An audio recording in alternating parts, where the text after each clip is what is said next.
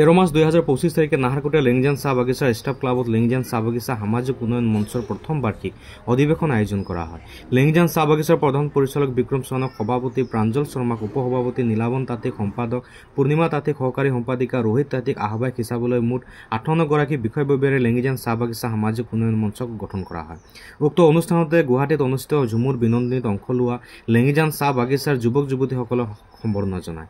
উক্ত অনুষ্ঠানত লেংজান চাহ বাগিচাৰ প্ৰধান পৰিচালক বিক্ৰম চৌহান, সহ পৰিচালক সঞ্জু গুপ্তা, কল্যাণ বিষয়া প্ৰাঞ্জল শৰ্মা, চিকিৎসক SK সিং, শিক্ষক জন তপন, আচাৰ্য মিখেলপূৰ্তি, অংকন তাঁতী, ETPৰ প্ৰগ্ৰাম অফিচাৰ ভৰত নায়ক, কণ্ঠশিল্পী সুজাতা তাঁতী, লেংজান CDFৰ আহ্বায়ক ৰোহিত তাঁতীৰ লগতে কেইবাজনো গণ্যমান্য ব্যক্তি উপস্থিত থাকে। আৰু আমাৰ লেংজান চাহ বাগিচাৰ ৰাইজ উপকৃত হ'ব পাৰে তাৰ কাৰণেহে CDFখন গঠন কৰা হৈছিল। কিন্তু এবছৰতো আমাৰ সমস্যা সমাধান নহয়। আৰু CDF যিটো অনুষ্ঠান, এই অনুষ্ঠানত আপোনাৰ মেনেজমেণ্টৰ পৰা আৰম্ভ কৰি, যিহেতু আমাৰ সভাপতি বাগানৰ পৰিচালক, উপসভাপতি বাগানৰ ৱেলফেয়াৰ অফিচাৰ, গতিকে আৰু ছেক্ৰেটাৰীজন ৰাইজৰ প্ৰতিনিধি আৰু অন্যান্য যি যুটীয়া সম্পাদক সম্পাদিকা আছে বা সদস্যসকল আছে, বিভিন্ন লাইনৰ পৰা প্ৰতিনিধি কৰিছে আৰু বিভিন্ন অনুষ্ঠানৰ পৰা প্ৰতিনিধিত্ব কৰিছে। কোনোবা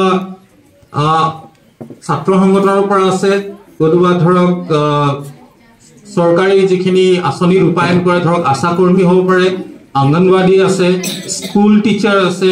তো গতিকে এটা উমৈহতীয়া মঞ্চ। তো CDF হৈছে মানে এটা ছাতিৰ দৰে, যাৰ তলত সকলো যিমান গ্ৰুপছ আছে, ধৰক মেনেজমেণ্টৰ পৰা আৰম্ভ কৰি তৃণমূল পৰ্যায়লৈকে সকলোৰে প্ৰতিনিধি ইয়াত স্থান পাইছে আৰু চবেই একগোট হৈ এই বাগিচাখন কেনেকৈ আগুৱাই যাব, বিভিন্ন ক্ষেত্ৰত, সামাজিক ক্ষেত্ৰত হ'ব পাৰে, অৰ্থনৈতিক ক্ষেত্ৰত হ'ব পাৰে, বাগিচাখনৰ প্ৰাকৃতিক পৰিৱেশৰ কথা হ'ব পাৰে। উন্নয়ন মঞ্চৰ এই কমিটিটোৰ লক্ষ্য উদ্দেশ্য কি হয় সেই বিষয়ে ৰোহিত তাঁতী ডাঙৰীয়ে ইতিমধ্যে অলপ আগত পাঠ কৰি গৈছে। আৰু তেওঁলোকৰ লক্ষ্য উদ্দেশ্যত আমি স্পষ্টভাৱে আমি জানিব পাৰিছোঁ যে আমাৰ লেংজান চাহ বাগিচাৰ সামগ্ৰিকভাৱে উন্নয়ন কৰাৰ তেওঁলোকৰ লক্ষ্য উদ্দেশ্য। শৈক্ষিক ক্ষেত্ৰতে হওক বা সামাজিক ক্ষেত্ৰতে হওক, সাংস্কৃতিক ক্ষেত্ৰতে হওক বা ক্ৰীড়াৰ ক্ষেত্ৰতে হওক, সুন্দৰভাৱে তেওঁলোকে চিন্তা চৰ্চা কৰি এই কমিটি তেওঁলোকে গঠন কৰি আজি 1 বছৰ তেওঁলোকৰ কাৰ্যকাল হৈছে। আৰু তেওঁলোকে ইতিমধ্যে অলপ আগত কৈছে, আৰু তেওঁলোকৰ এই কাৰ্যকাল 1 বছৰ যে হয়তো পাৰে তেওঁলোকে যিমানখিনি কাম কৰিবলগীয়া আছিল সিমানখিনি তেওঁলোকে কাম কৰা নাই। কাৰণ এতিয়া এটা মানে তেওঁলোকে গছজোপা যেনেকৈ এটা পুলি ৰোপণ কৰা হয় তেনেকৈ তেওঁলোকে এটা পুলি ৰোপণ কৰিছে। বৰ বেছি দিন তেওঁলোকৰ হোৱা নাই। আৰু তেওঁলোকৰ কাৰ্যপন্থা তেওঁলোকে বহুতখিনি তেওঁলোকে পৰিকল্পনা কৰিছে লেংজান চাহ বাগিচাত কাম কৰিবৰ কাৰণে। আৰু তেওঁলোকৰ বিষয়ববীয়াৰ পৰা আমি অলপ আগত জানিব পাৰিছোঁ এই কমিটিৰ অন্তৰ্গত 8টামান তেওঁলোকে চাব কমিটিও গঠন কৰিছে। আৰু সেই চাব কমিটিৰ প্ৰতিটো কমিটিৰ বেলেগ বেলেগ এটা মানে তেওঁলোকৰ কাৰ্য যিখিনি আছে তেওঁলোকে সেইখিনিত সম্পূৰ্ণৰূপে তেওঁলোকে তৈয়াৰ কৰিছে। কোনটো ডিপাৰ্টমেণ্টে কোনখিনি কাম কৰিব সম্পূৰ্ণৰূপে তেওঁলোকে তেনেকৈ ধৰণৰ তালিকা এটা প্ৰস্তুত কৰিছে। আৰু আমি সদৌ অসম আদিবাসী ছাত্ৰ সন্থা আমি আশা কৰিছোঁ যে এই কমিটিৰ দ্বাৰা লেংজান চাহ বাগিচাৰ বিভিন্ন দিশত, সাংস্কৃতিক হোক বা শৈক্ষিকে হোক বা সামাজিকে হোক, ক্ৰীড়াই হোক, বিভিন্ন দিশত এই সামাজিক উন্নয়ন কমিটিটোৱে কাম কৰি যাওক। আমি সদৌ অসম আদিবাসী ছাত্ৰ সন্থাই এই কমিটিটোক আমি সম্পূৰ্ণৰূপে আমাৰ ফালৰ পৰা সহযোগিতা আমি আগবঢ়াই থাকিম আৰু পৰৱৰ্তী সময়তো আমি লগতে কাম কৰি যাম। আমাৰ লেংজান চাহ বাগিচা সামাজিক উন্নয়ন মঞ্চ 2023 চনৰ 20 ডিচেম্বৰ তাৰিখে গঠন কৰা হৈছিল। আৰু ইয়াৰ লক্ষ্য আছিল যে লেংজান চাহ বাগিচাৰ সৰ্বাংগীন উন্নয়নৰ জৰিয়তে বাগিচা সম্প্ৰদায়ৰ লোকসকলে এটা মৰ্যাদাপূৰ্ণ জীৱন যাপন কৰা। আৰু ইয়াৰ উদ্দেশ্যৰ দিশে আমি সেই আগবাঢ়ি গৈ আছোঁ। লগতে 2024 20 ডিচেম্বৰ তাৰিখে CDFটোৱে এবছৰ সম্পূৰ্ণ কৰিলে। আৰু সেই উপলক্ষে আজিৰ দিনটোত আমি বাৰ্ষিক অধিৱেশন অনুষ্ঠিত কৰিছিলোঁ।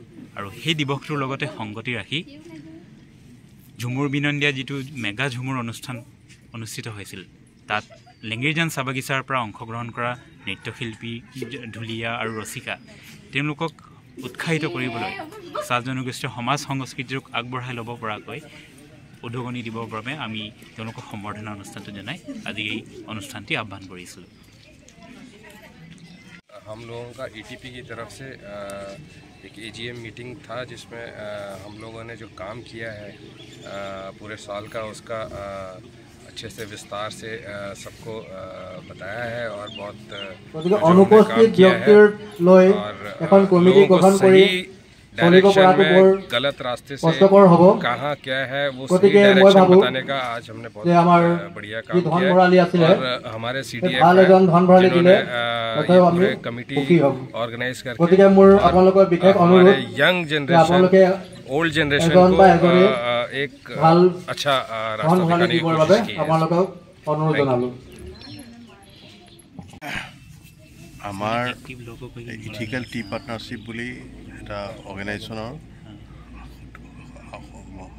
তলত মানে আমাৰ যিখন আমাৰ বাগানখনত চাহ বাগানত এই সামাজিক উন্নয়ন মঞ্চ গঠন কৰা হৈছিলে। সেই সামাজিক উন্নয়ন মঞ্চৰ জৰিয়তে আমাৰ চাহ বাগিচাৰ শ্ৰমিকসকলৰ যি পৰিৱেশ তেওঁলোকৰ থকা বোৱা সকলোবিলাক সামৰি পেলাই তেওঁলোকৰ আৰ্থিক সমস্যা সকলো সমস্যা সামৰি পেলাই এখন সেই সামাজিক উন্নয়ন মঞ্চ যোগেদি আমি কেনেকৈ সেইবিলাক ঘৰুৱাভাৱে সমস্যাবিলাক সমাধান কৰিব পাৰোঁ তাৰে বাবে এই আজি